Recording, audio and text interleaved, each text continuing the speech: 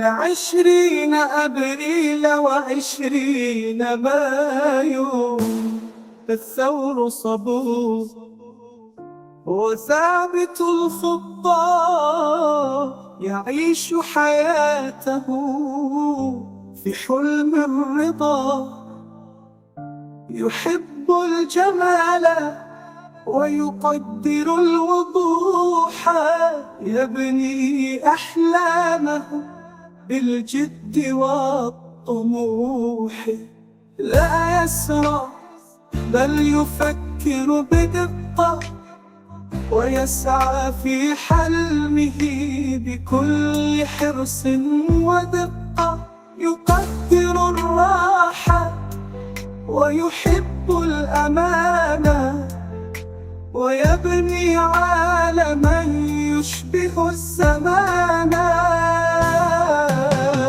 إن كنت ثورا فأنت الصبور، تبني عالما بالحب المسطور، والآن جاء وقت المزيد، فترقبوا لأغنية الجوزاء المبتسمة.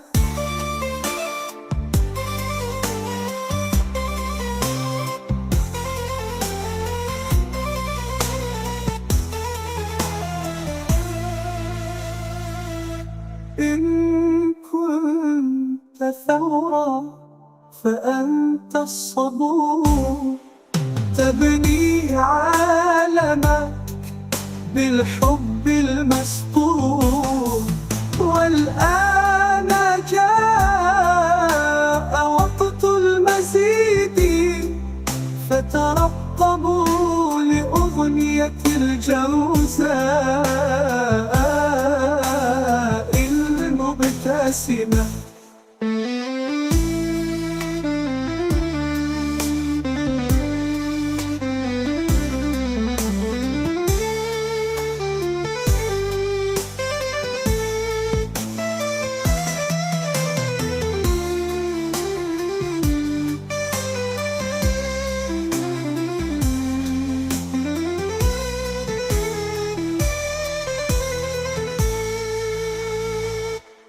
الثور صبور وثابت الخطى، يعيش حياته في حلم الرضا، في حلم الرضا، يحب الجمال ويقدر الوضوح، يبني أحلامه بالجد والطموح، لا يسرع بل يفكر بدقة، ويسعى في حلمه بكل حرص ودقة، يقدر الراحة ويحب الأمانة، ويبني عالما يشبه الزمان.